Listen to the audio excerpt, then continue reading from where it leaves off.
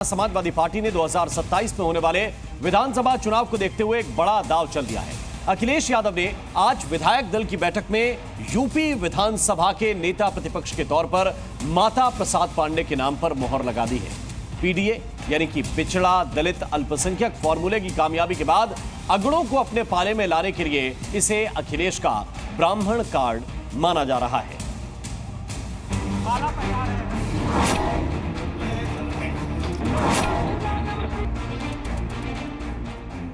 लोकसभा चुनाव में मिली शानदार जीत से गदगद समाजवादी पार्टी के अध्यक्ष अखिलेश यादव ने एक और बड़ा दांव चल दिया है। ये दांव 2027 में होने वाले यूपी विधानसभा चुनाव को ध्यान में रखते हुए चला गया है, जिसमें समाजवादी पार्टी की तरफ से यूपी विधानसभा में माता प्रसाद पांडे को नेता प्रतिपक्ष बनाया गया है। आज हुई समाजवादी पार्टी की विधायक दल की बैठक में माता प्रसाद पांडे के नाम पर मुहर लगाई गई, जो कल से शुरू हो रहे विधानसभा सत्र में नेता प्रतिपक्ष की कमान संभालेंगे। हम प्रयास करेंगे। अब राष्ट्रीय अध्यक्ष जी जिस तरह से कर गए हैं, हम उसी रास्ते पर चलने की कोशिश करेंगे। इससे पहले नेता प्रतिपक्ष की रेस में समाजवादी पार्टी की तरफ से कई नाम चल रहे थे, जिनमें शिवपाल यादव, इंद्रजीत सरोज, राम अचल राजभर और तूफानी सरोज का नाम शुमार था।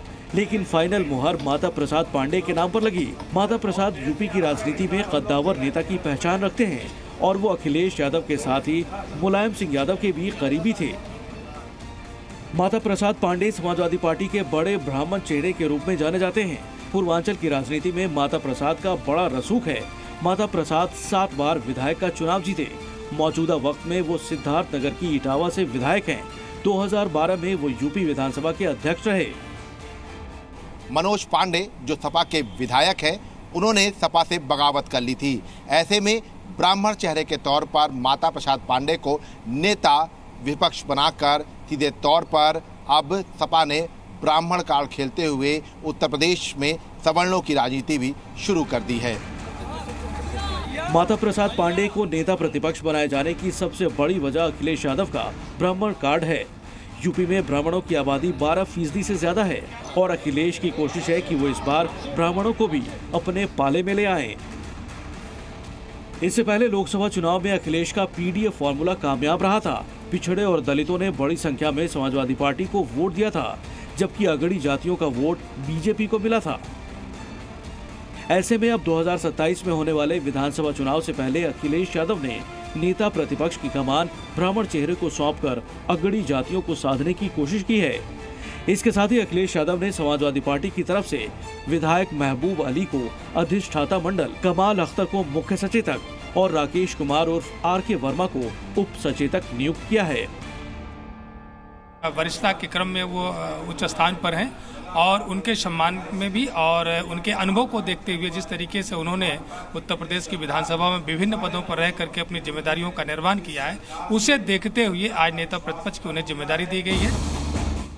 वहीं कल से यूपी विधानसभा का सत्र भी शुरू हो रहा है, जिसे लेकर समाजवादी पार्टी योगी सरकार को घेरने की तैयारी में जुटी है। बताया जा रहा है कि बाढ़, बेरोजगारी, महंगाई, किसान और कानून व्यवस्था के मुद्दे पर समाजवादी पार्टी आक्रामक होगी। वहीं आज हुई बैठक में विधानसभा सत्र की रणनीति पर भी बातचीत हुई। तमाम विधायकों ने बताया कि जिस तरीके से पुलिस का रवैया है, जिस तरीके से बिजली की एक बहुत बड़ी संकट है, हम लोगों के जनपद में बाढ़ की भी एक समस्या से लोगों को रूबरू होना पड़ रहा है। तो ऐसी तमाम जो समस्याएं थी, तमाम विधायकों ने आदरणीय अध्यक्ष जी को बताया और अध्यक्ष जी ने बताया कि उसको किस तरीके से आप लोग सदन में अपने मुद्दे को उठाने का काम करें। आज जिस तरह से पूरे प्रदेश के अंदर भ्रष्टाचार है, गांव में बिजली नहीं मिल पा रही है, लैंड ऑर्डर खराब है, किसान परेशान है, नौजवान परेशान है, रोजगार के सवाल पर तमाम बड़ी लंबी चर्चा हुई। सभी साथियों ने अपनी अपनी राय रखी। कल से विधानसभा चलेगी, उस विधानसभा में हम लोग इन सवालों पर लेकर लड़ने का काम करेंगे। माता प्रसाद पांडे को नेता प्रतिपक्ष बनाया जाना भी अखिलेश की सोची समझी रणनीति का हिस्सा है। माता प्रसाद अनुभवी नेता हैं और योगी के सामने वो मुद्दों को बेबाकी से उठा सकते हैं। इससे पहले समाजवादी पार्टी के चीफ अखिलेश यादव खुद ही नेता प्रतिपक्ष थे। वो मैनपुरी की करहल विधानसभा सीट से विधायक थे, लेकिन इस बार लोकसभा चुनाव में कन्नौज से सांसद चुने जाने पर उन्होंने करहल विधानसभा के साथ नेता प्रतिपक्ष का पद भी छोड़ दिया था, जिसके बाद अब समाजवादी पार्टी ने माता प्रसाद पांडे को नेता प्रतिपक्ष बनाया है। ब्यूरो रिपोर्ट, जी मीडिया। उधर आज एक बैठक दिल्ली में भी हुई है। प्रधानमंत्री मोदी ने बीजेपी शासित राज्यों के मुख्यमंत्रियों से आज दूसरे दिन भी मुलाकात की। इस बैठक में क्या हुआ, यह हम आपको विस्तार से बताते हैं। बीजेपी शासित राज्यों के 13 मुख्यमंत्री इस बैठक में शामिल हुए। साथ ही 15 डिप्टी सीएम भी इस बैठक में मौजूद रहे।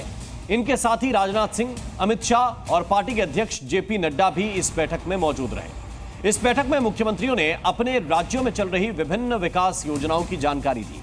शासन के मुद्दों पर केंद्रीय नेतृत्व के साथ विचार विमर्श किया। वहीं पीएम ने कल्याणकारी योजनाओं को सही ढंग से लागू करने को कहा। जन कल्याण के लिए किए जा रहे प्रयासों का जिक्र भी किया। सुशासन को आगे बढ़ाने पर जोर दिया और लोगों की आकांक्षाओं को पूरा करने की बात भी इस बैठक में कही।